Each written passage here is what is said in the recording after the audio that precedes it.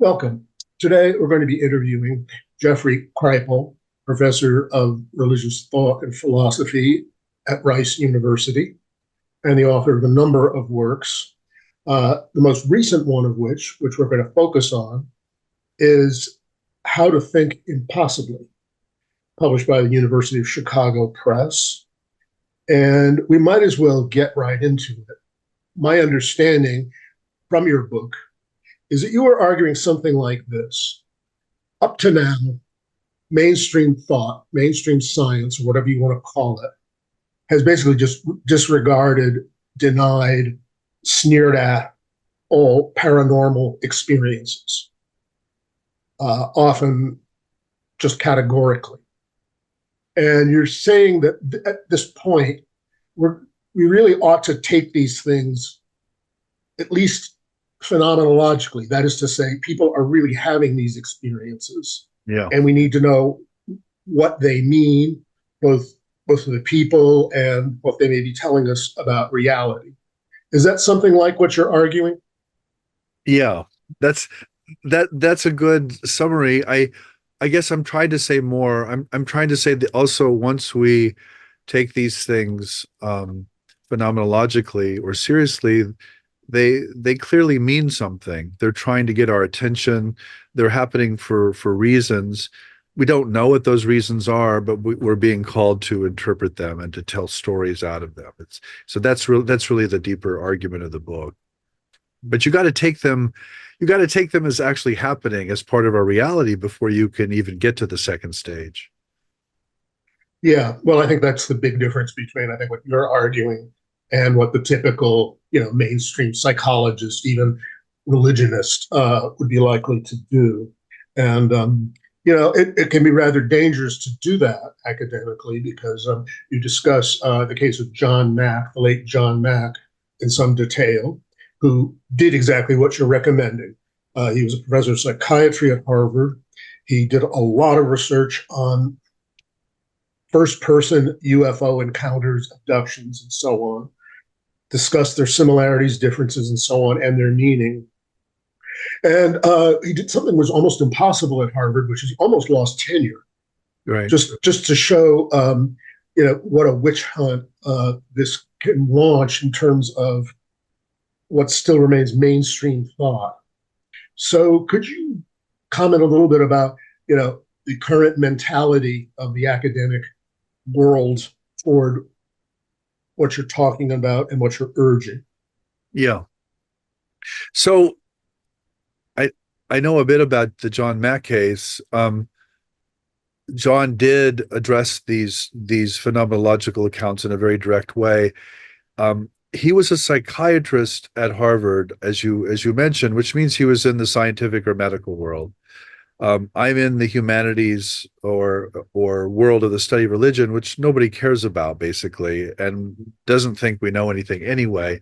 So I think part of John's scandal was that he was saying these things in the heart of the medical scientific community, and he was really challenging not just his peers but the worldview, the materialist or naturalist worldview in general. And I think that's why he was put on trial. He was literally put on trial, and they did try to take his tenure away. They did try to fire him. The university ultimately pulled back from that case, but it definitely had it certainly stayed with him and stayed with the community. What I would say today is a couple things. First of all, that was the 1990s. This is the 2020s. 30 years have gone by.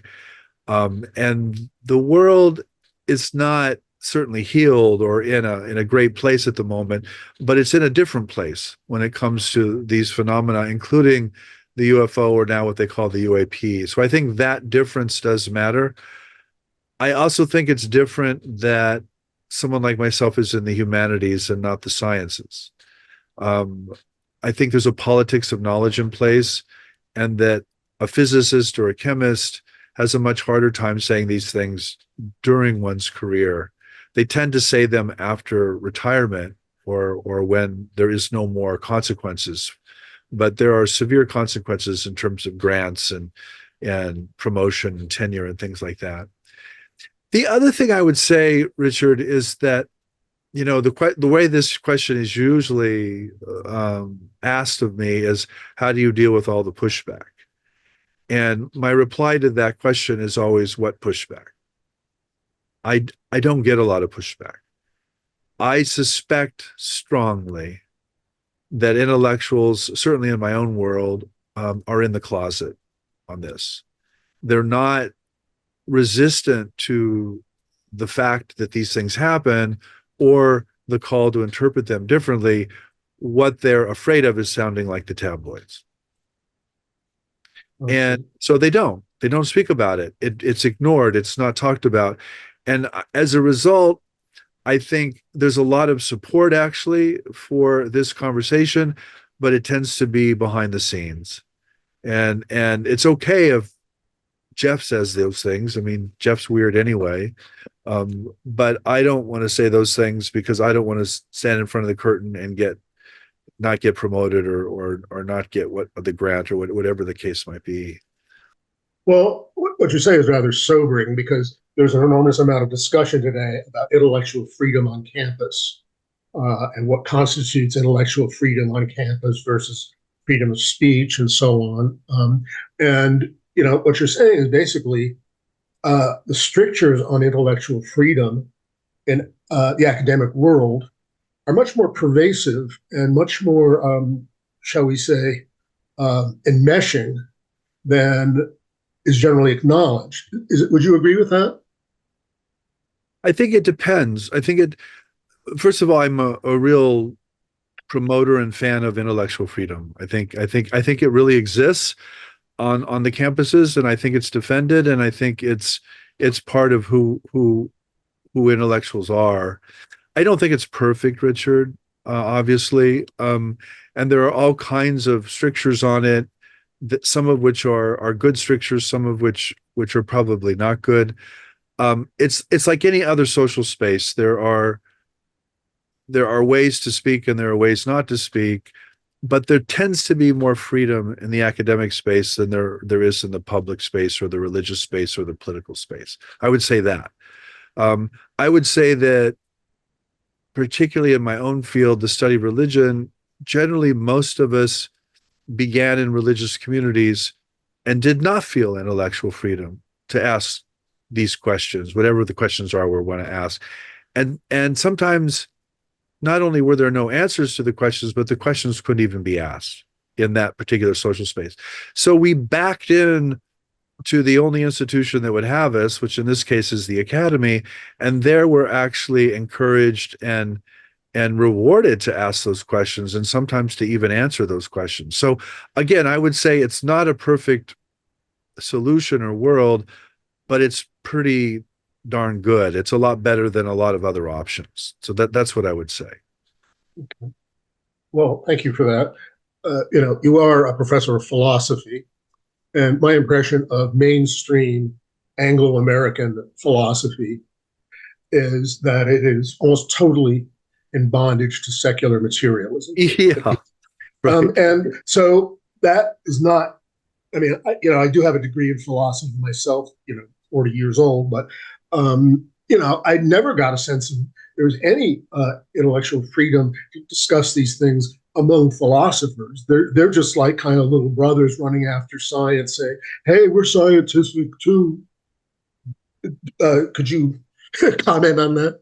Yeah, so well, I'm not a philosopher for one thing. I know the chair I hold, the J. Newton Razor Chair, is in philosophy and religious thought, but I actually am hired by the Department of Religion here at a secular university, by the way, Rice University. So we don't have any religious affiliation, and we're not here to promote someone's religious views. But I do think, again, there's more freedom to ask these questions in a Department of Religion than there is a Department of Philosophy, if I can put it that way.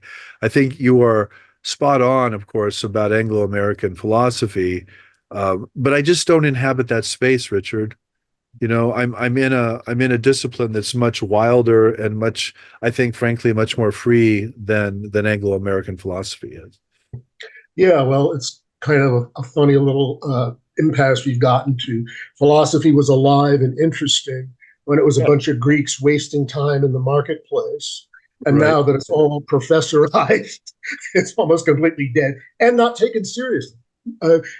Academic philosophy is not taken seriously even in mainstream thought. This is my impression anyway. Yeah. Yeah. I mean, we could talk about philosophy. I mean, I started out my intellectual career in a Catholic seminary, actually, and we were all required to minor in philosophy if we didn't actually major in it. So it was a big part. I mean, the history of philosophy and the history of theology are very intertwined, as you no doubt know. And I personally think religious studies is philosophically rich and astute, but really complicated because we tend to be looking at religious experiences that involve altered states and involve human agency in a way that is not normally taken into consideration in a philosophy department. So again, I would just say it's richer than that. It's more complicated and complex and nuanced than that in the study of religion. Okay. Okay.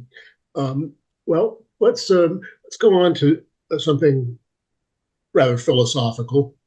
Um, um, Let me see if I get ah the viewpoint that you're espousing in your book is what you call dual aspect monism or Right. monism. Right. Could you say a little bit about what that is? Yeah, I mean, again, it's a tentative or I hold that ontology lightly, as it were, but I do think it helps explain a lot of the materials. Essentially, what I'm suggesting or arguing is that one's worldview does inform what one keeps on the table and what one takes off the table. And this secular materialism or naturalism that you or Anglo-American philosophy that you've been speaking about is essentially it takes everything off the table that I'm personally interested in, and then it says, well, I can explain everything on the table. And my reply is always, well, you can explain everything because you just took everything off you can't explain. What dual aspect monism is, there's something we call the hard problem of consciousness in the philosophy of mind. And essentially, that's the idea that how do you explain consciousness or mind in a materialist worldview? How do you start with little bits of matter and you get up to mentality or subjectivity or Richard or Jeff? And of course, you can't. And so there are all kinds of philosophical solutions to that, one of which is dual aspect monism. And what dual aspect monism essentially says is that the world is one. There's a monism kind of underneath or above or behind the curtain, as it were, but that single world splits into a material and a mental world in and as a human being or as a human knower. So we are actually the people who split reality into a mental and a material dimension. In itself, in its nature itself, is not so split. It's one reality. And so it's called dual aspect monism because ontologically things are one, but epistemologically things are two. And so the mental and the material are both split off this deeper unity until they take form in and as a human being. So that's dual aspect monism. The reason I like that is there are lots and lots of examples of situations where the material world corresponds perfectly with the mental world. And that can be explained in a dual aspect monistic worldview because they both split off the same worldview. And so they do correspond sometimes. And so we can talk about that I think in a pretty rigorous way if we start talking about dual aspect monism. Generally, the secular materialism you're talking about is a monism, but it's a material monism. And the mental world is simply an emergent property of a deeper material reality. And so it's a monistic worldview, but it's a material monistic worldview.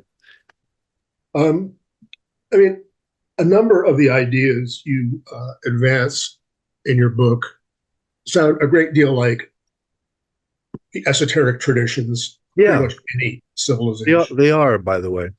Um, well, in what way do you think these esoteric traditions, and you can pick one from any culture you like, the Kabbalah, Hinduism, Islam. How do you think these can inform kind of understanding that you're talking about? So I think that these basic ideas that I discuss in the book come from human experiences, Richard. And I think those human experiences occur in all cultures and all times. However, those experiences always come mediated or translated by the imagination that's informed by the culture and the individual life cycle. So there's both a mediated kind of imaginal form of what's going on, but there's also this deeper reality, this one world that is being accessed in these experiences. And so I think that's what you see actually in the historical record is you see this esoteric kind of thread that suggests this other world, this one world, but it's always being mediated through the human knower and through these cultural traditions like Kabbalah or Advaita Vedanta or Sufism or the Christian mystical tradition or whatever the tradition is. There's going to be a lot of complexity and a lot of nuance and a lot of differences there, and I think those are primarily because of the human beings that this one world is mediated through. Um, that that makes some sense. So I'm not a perennialist in the sense to invoke another category. I'm not a perennialist in the sense that I think these religions are all tending towards this one world. I don't actually think that. I think religions tend towards their own goals and that those are conflicting goals. But I do think human beings have these kinds of experiences of this one world because they're all expressions of that one world. Where they're all, regardless of whether they lived in the 14th century or the first century or the 21st century now, they all are expressions of the same reality. And so you're going to see both similarity and you're going to see real differences. Okay. All right. Thank you. One thinker you mentioned fairly often in your book is Ari Corban, who's a great scholar of Iranian mysticism, Islamic mysticism. Could you say a little bit about his work and how it has influenced your own thought? Yeah, I mean, that's a complicated question. I mean, so Corban was a French scholar of Iranian mystical thought, as you mentioned. He dies probably in 1978 or so. I don't know when his death date is. Um, he starts to use this phrase in French, the imaginal, in the 1960s and 70s to kind of capture this sense of this middle world that is certainly not imaginary, but it's not purely physical either. And so it's this mediating world where the spiritual world mediates with the physical world and creates these spiritual forms. Most people I think that the imaginal was coined by Corban. It actually goes back to Frederick Myers in the 1880s and is rooted in entomology, of all things. And it refers to psychical or paranormal abilities that Myers saw as imaginal characteristics. In other words, the wormy caterpillar is going to turn into a butterfly, and these imaginal features of the caterpillar are going to turn into wings and the butterfly. And so we don't know what the imago is going to be until the thing is mature. And therefore, things like telepathy and precognition and clairvoyance, these are all imaginal manifestations from Myers that speak of this future human that is more like this butterfly, and we're evolving toward this future form. And so Corban for me is really interesting because he tries to speak of the imaginal or the imaginative components of these mystical traditions in the 60s and 70s. But the term actually goes back to the Victorian psychical research tradition. Corban himself, I mean, very influenced by Martin Heidegger, very beautiful writer who really brought Iranian mysticism and Sufism into kind of a modern scholarly mode in the 60s and 70s through a whole series of books. And it was very influential on both the Shah, the traditional political ideology of Iran, but was also very popular among the Islamic revolutionaries. So he sort of inhabited this both and political thing that I think was really, he himself was not political and did not want to get involved in all of that, but his thought is picked up by different people for different reasons. The other thing that's interesting about Corban, Richard, that I think some of the listeners would appreciate is he was a docetic Christian thinker, by which I mean he did not believe that God truly became a human being, that the humanity of Christ was a seeming, a kind of show or display, but it wasn't real. And I think that really limits Corban, frankly, for me, because he wants to separate the monotheistic truth of things from the human flesh and from history and from all of the things that I think we are as well. And I see the imaginal as this kind of attempt to coordinate or to relate that monotheistic transcendence and that fleshly immanence. And I think Christian theology did it in a very different way. And I'm not voting on one or the other, but I do think that the docetism is a kind of limit situation for Corban and for our use of him. Well, I mean, what this discussion is making me think of is the use of imagination as a concept by like Blake and Coleridge, which goes well back before Corban or Frederick Myers.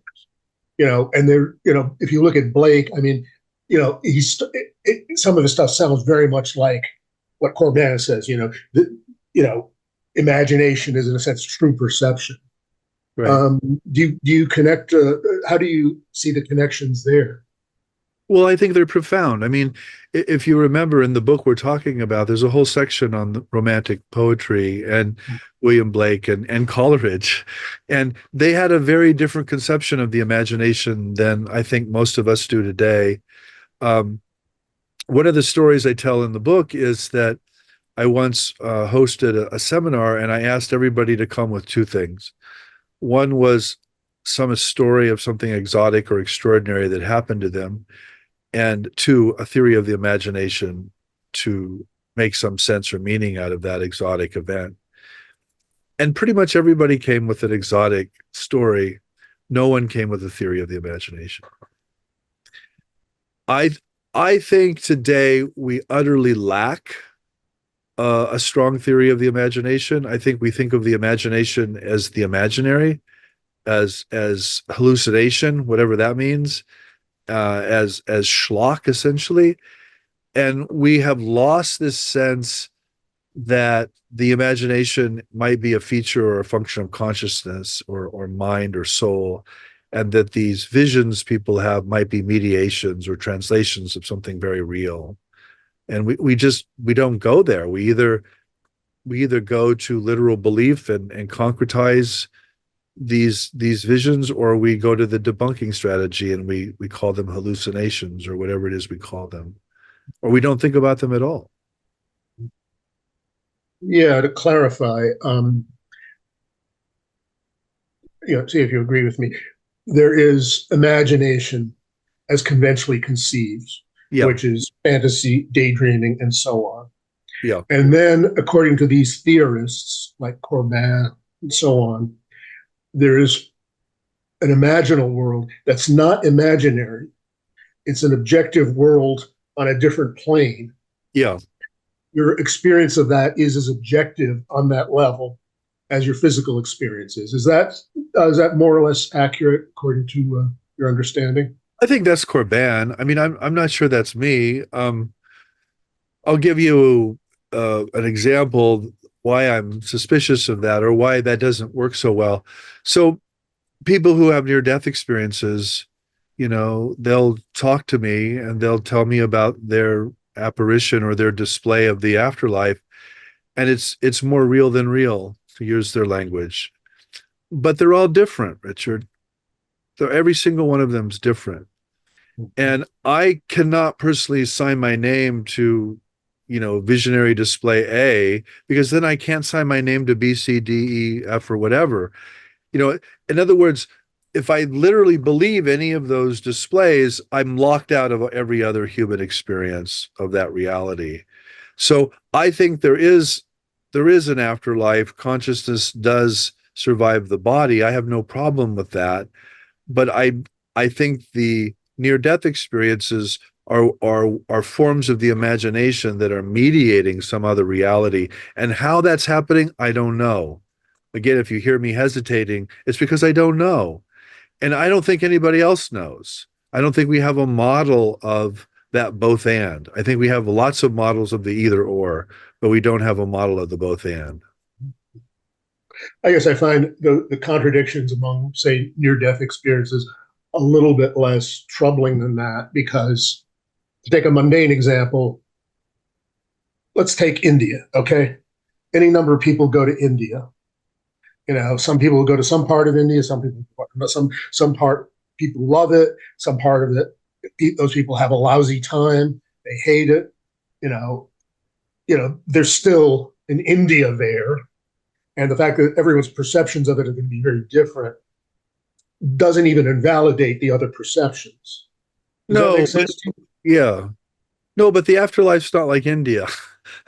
I mean, I've been to India. You can go. You and I can go both to the same city and see the same things, and come back and talk about what's on a particular street, and we can have a report on that. When you talk to near death experiences, for example, I'll give you a really blatant and simple example. Some near death experiences are one life models, and some are multi life models. Okay, well, which is it? I don't know. I think we have to start thinking about that. But some reincarnation models are very different than one life models. And there are ways to coordinate them. Sure, there are ways. We can think of those ways if you want, but they also sit in tension. And I just want to admit the attention, Richard. I don't want to explain it away as saying the afterlife is one thing and everybody's having a different experience of Calcutta, say, because they're not. They're actually experiencing different realities and coming back and claiming very different things, by the way, about the human soul and about what a human life is and what the end is. So You that's know what? that's where I'm going with this. It's not a solution. I don't have a solution, Richard. I just have a set. I want us to have a conversation. Yeah, I mean, I think we could both agree that probably no one has ultimate answers, and the people who think they do are maybe the most dangerous ones of all. Right. So yeah, I think I can agree with that. Actually, one of the things that most struck me in your book was this quote from John Mack post mortem.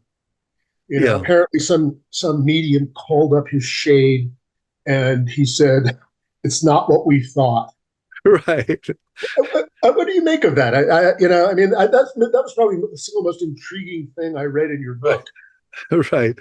Oh, well, what do I make of that, or what does John mean by that, or what is the spirit Well, behind? I just what I is mean, it that? what I make of it is, I think where most people go with the abduction material is what we call the ETH, the extraterrestrial hypothesis. And I hear John saying that's actually not what's going on. And I think that I certainly think that I think the extraterrestrial hypothesis is not what's going on. It's a modern mythology, and it's a frame. It's a mediation. But I think the role of the dead, for example, the world of the dead, the role of souls in these abduction experiences is a major one. And I think it's about, I think the abduction experience is very much about the life of the soul and the afterlife and whatever that is. And I think what John is saying in that quote is it's not the extraterrestrial hypothesis. That's not. Now he doesn't say that, I know, but you asked me what I thought. That's what I think. Yeah, I think it'd be again very difficult to come down with a categorical answer about it, but it is a fascinating glimpse into something or I, another. what it reminds me of, Richard, there are two moments in modern literature that fascinate me. One is an alien spacecraft appeared to Officer Sherman in Nebraska, and the alien got out of the craft and he said something like, "We want you to believe in us, but not too much." And to me, that's wisdom right there. That's the core of it. The other moment is Michael Harner talks about some shamanic psychedelic trip he went on, and he met the dragon beings that control space and time, and he came back and told his teachers about that, and they said something like, "Well, that's what they always say." And so to me, that sense of humor and that sense of don't believe what you believe is like the key. It's like a key to this. And it's frustrating, I think, to people who want to hold on to a particular belief or a particular worldview, but it's precisely what I mean by the phrase "how to think impossibly." You're stepping out of your belief system, you're stepping out of your worldview to look back on it and to think about it in a more reflexive way. We've talked about UFOs in terms of, human encounters, but then we have to deal with this whole uh, aerial phenomena. That is to say, you know, pilots are seeing these things flying alongside.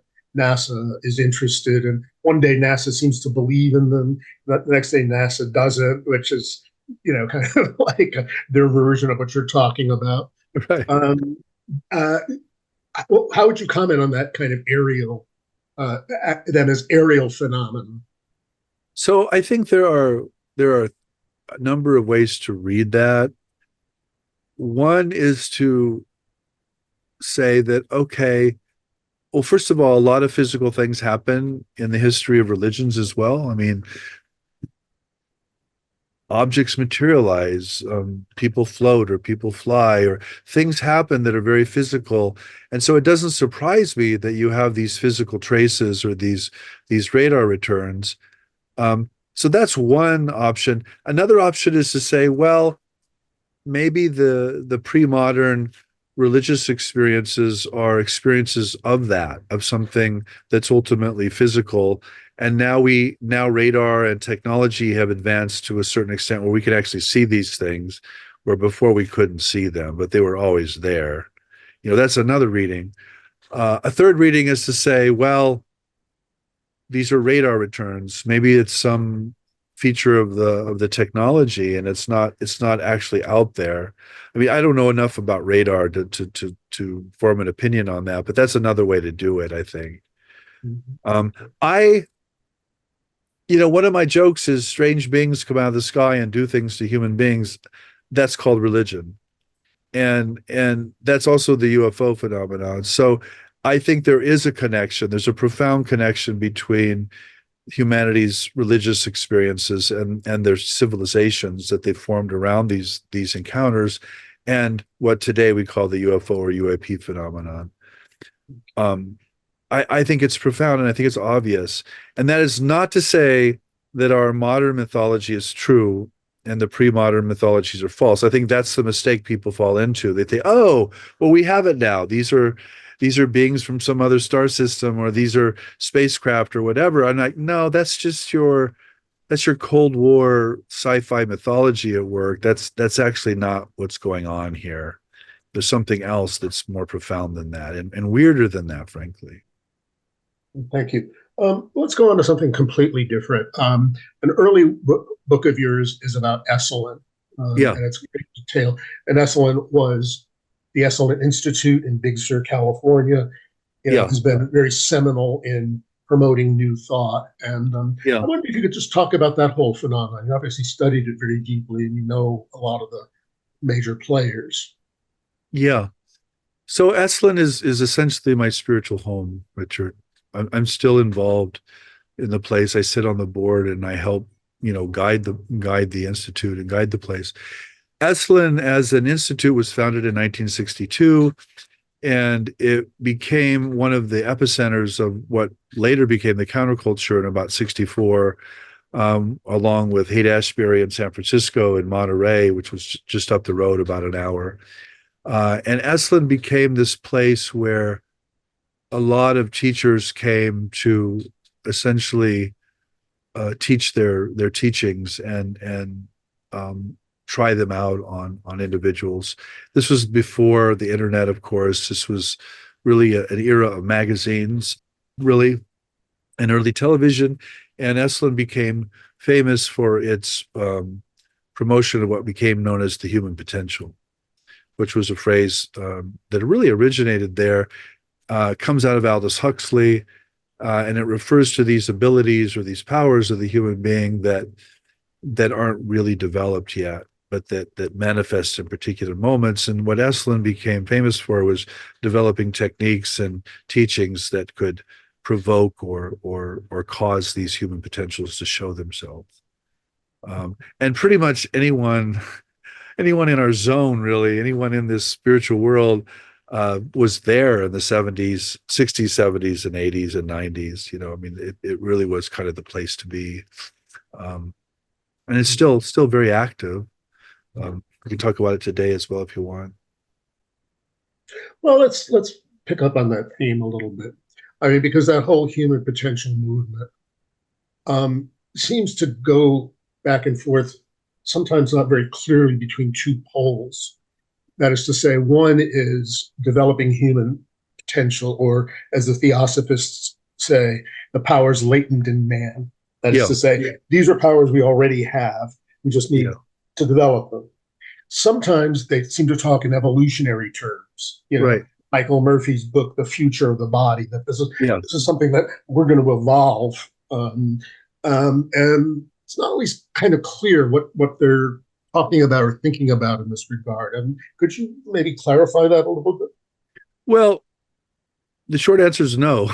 I mean, it's like, who is the they, Richard? I mean, Michael Murphy certainly has an evolutionary esoteric worldview. There's no question about that. But Aldous Huxley didn't.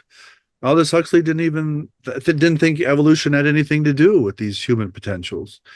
Alan Watts, maybe, so it just depends on whom you're talking about.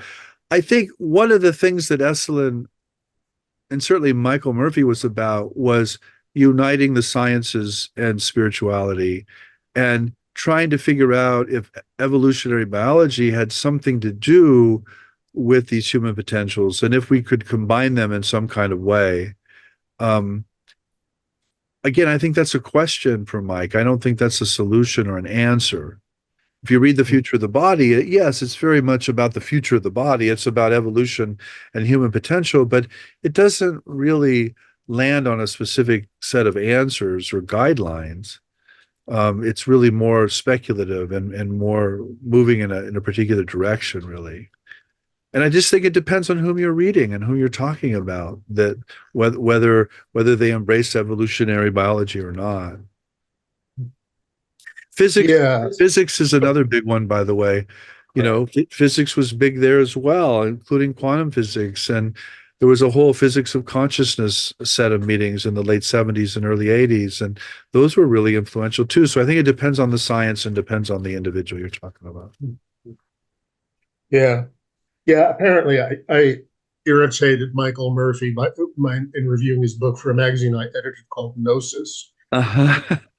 And I suggested that his model of evolution was more Lamarckian than Darwinian, which, of course, in today's discourse is fighting words. But It is, if you're developing evolution, you're acquiring characteristics. This is not random mutation, right? Right. So anyway, I think your Lamarckian comments are actually pretty faithful to contemporary biology, right? I mean, we're talking about epigenetics now and the role of culture and practice and all of these things on evolution. So I think that's insightful, and there's probably an opening in modern biology there. Yeah, well, it sounds a lot like that. Of course, I had 1 year of high school biology, so and that's I all I think know. But so. I think so, Richard. I think moving beyond or out, let's say outside of Mike.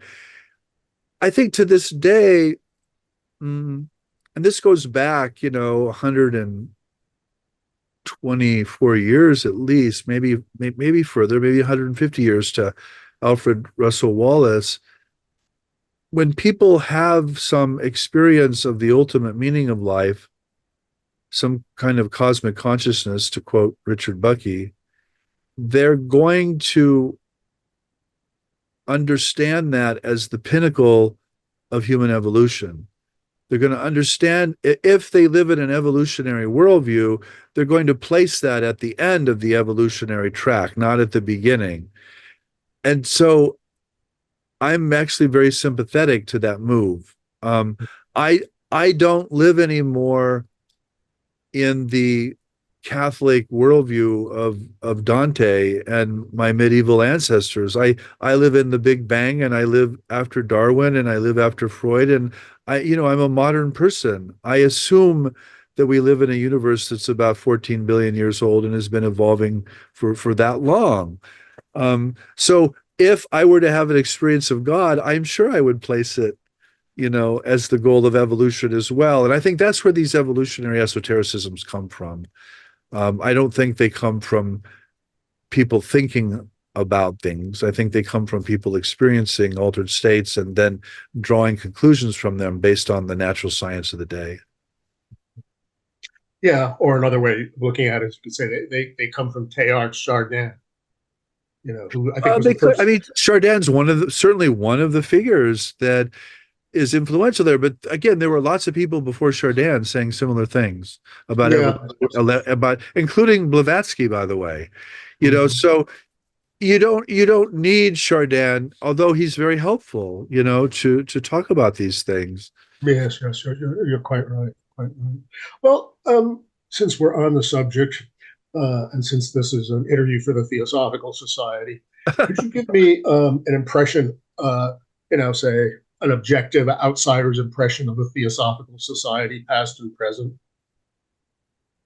So I like to tell jokes, Richard, because I think they capture truths. One of my jokes is, if you walk down any alley or any street, you're going to find Madame Blavatsky or Emanuel Swedenborg. And what I mean by that is, I think the theosophical tradition has been incredibly informative in shaping of modern spirituality, far more than people generally realize outside the theosophical tradition. Today, of course, the theosophical tradition doesn't have a massive presence in modern thought or modern institutions, but it once did. And it really shaped, I think, a lot of what we still do today and how people still think. I don't know if that's what you were looking for, but that's certainly my view or my impression of the tradition. So it's one of profound historical influence and appreciation, but also a recognition that it is no longer a major cultural force like it once was. Yeah, I think that would be very, very hard to argue. Um, Perhaps some people would be upset by the fact, or might even want to deny it. But no, you're quite right, because one thing I'm struck by is looking at polls by like the Pew Research Foundation. Yeah. It seems that and this seems consistent over several decades, that someplace between 20 and 25% of the American population believe in reincarnation. Yeah. And that this is not because they were converted by theosophy, but it was a seed planted by theosophy. Yeah. Similarly, karma.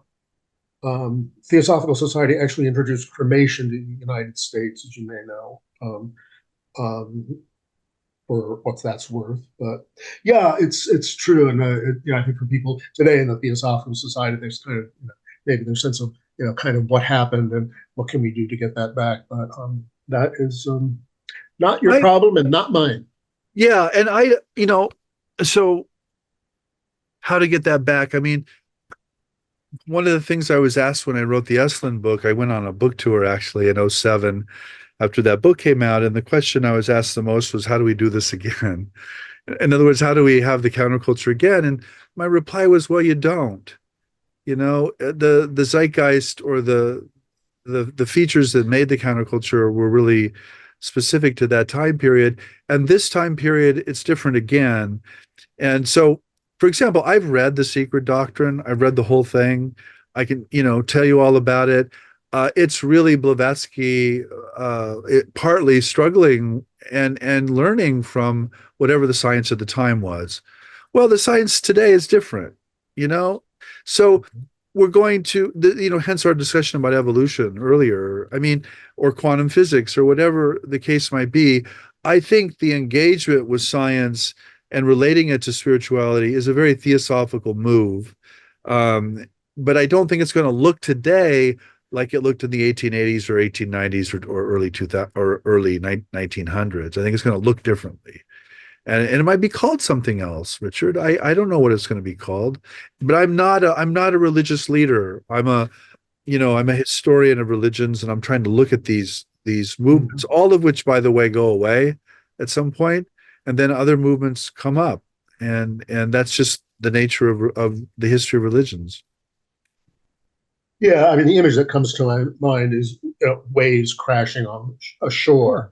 Yeah, Each of these, Theosophy, Essel, and the counterculture is a wave that crashed on the shore, and the institution is kind of like the debris that was kind of left on the beach yeah. afterward, which I'm sure will, I I mean yeah.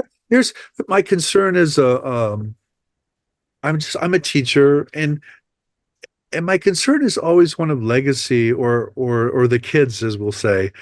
How do we pass teachings on to the next generation? How do we pass wisdom on? How do we pass the truths of one generation on to the next? And I think that's the real challenge. And so institutions, I think, sometimes get a bad name, but they're really important for passing truths on. I mean, I work at a university. This is a university. It's been around 100 years. Hopefully it'll be around many other hundreds of years. And it does what it does because of its stability and its history. And I think religious traditions are sometimes a lot like that. They can do things that other cultural forms can't. I think institutions get a bad rap often enough. This is a university. I work in an institution. It's been around for 100 years. It'll be around for hundreds of more, I hope. And it's how knowledge is passed on from generation to generation. And I think religious traditions are sometimes a lot like that. Um, and they do change, by the way. They're not stable. They're not essences, regardless of what people think. They change. And I think that change is a good thing in the long run. I also know that young people tend to describe themselves as spiritual but not religious. In a pretty strong demographic, 30%, 35%, whatever it is.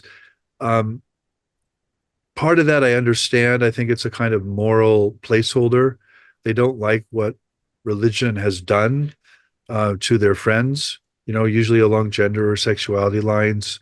Um, but it's also, I think, rather naive in terms of institutional stability and what they'll do with their children, for example, or what they'll do with their children's children, spiritually or religiously.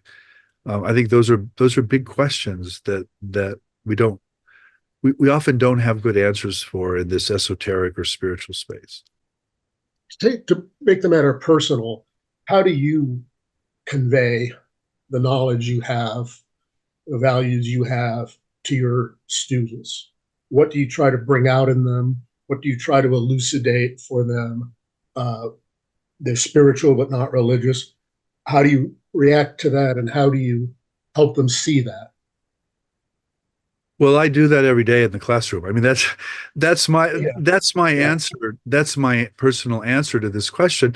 I also write books, and books are amazing things, that they work with human beings, they work on souls, whether you're there or not, and even whether you're alive or not. So there's something about a book that's really astonishing, and that's why I put so much effort and time into books, Richard. It's not for narcissistic reasons or because I make a lot of money. We probably both know we don't make any money writing books, but the books will be there after we're gone.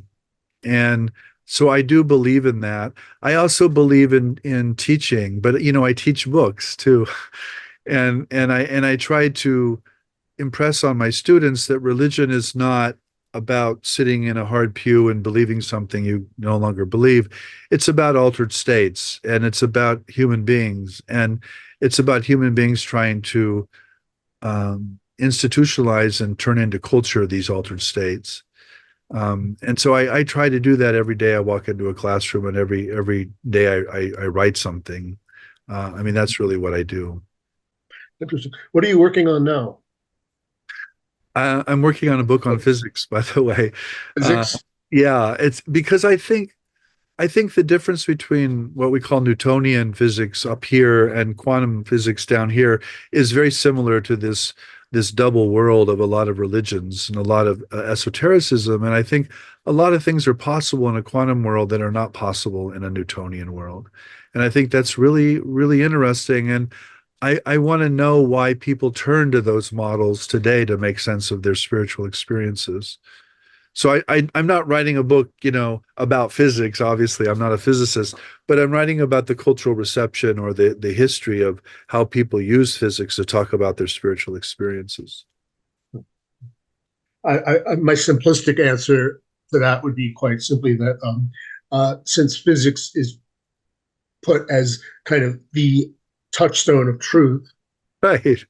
uh, I guess if you experience something as truth, you're going to try to, fit it into quantum physics, however maladroitly. So that seems to be at least part of what's going Yeah, on. that's definitely part of it. The physics has a kind of elite status in our world that certainly the study of history or literature or religion does not. So I think that's part of the answer. I think the other part is, quantum physics is very weird. It doesn't make any sense. And so it can be used to talk about things that don't seem to make any sense or that are weird. And it doesn't mean that they're the same thing, but it might mean that they're related. Mhm. Yeah, and I think one thing that it's done is undercut kind of a naive materialistic view of Yeah, reality. yeah. Um, Although there are a lot of thinkers, as I said earlier, who seem to just not want to take that step. No, of course It, not. and it's, they think they're being scientific, but, it's the science They're of being 18. they're being Newtonian, by the way. They're Yeah, they never yeah. made the quantum turn of the 20th century, and I think that's one of the real lessons. We have not created culture or poetry or religion or philosophy out of quantum physics. We've created them out of Newtonian physics, and I think that's a big problem. Well, we're running out of time, but let me ask you one last question. Um, you know, how do you see religion in America evolving and developing over the next couple of generations? I don't know an answer to that. I mean, I think it could get pretty bad, actually. Um, I don't have some rosy picture of things. Um, I think religion has been taken over by fundamentalists, essentially, and I think that's a very bad thing, in a moral sense, in a political sense, in a cultural sense. Um, and I think but I also think the opposite move, the secular reductive debunking move, is equally fundamentalist, and that they feed each other. I think if you're going to deny all spiritual or religious dimensions of the human being, you're going to push people into fundamentalism. And so I see those two poles as very much related. And what I'm trying to do, or what I hope a lot of us are trying to do, is create some kind of third space in the middle that can do something else. It's not about literal belief. It's not about materialist debunking. It's about trying to talk about the spiritual components of the human being in a in a sophisticated way. Well, I mean, one thing you could say is the dichotomy that you're talking about is partly the creation of the secular media because they want and do characterize all religion as fundamentalist. Yeah, Like liberal Protestantism, all sorts of things are barely organized. We're given the message that this kind of fundamentalist thing is Christianity, and the fundamentalists would like us to believe that. There are yeah. lots of Christians who don't feel that way at all, and I think to some extent the secular media that likes to create this caricature. Yeah, and both of those caricatures, I think, are well, both of those options, the secular materialism and the religious fundamentalism, I think, are non-starters. I think they'll take us down a very bad path. Well, this has been about an hour, and I don't really want to monopolize your time any more than I have. So I think we'll close there. This has been extremely useful, helpful. I certainly learned a great deal from it myself. So I want to thank you very much, and I know our viewers and listeners will enjoy it. Great. Thanks, Richard.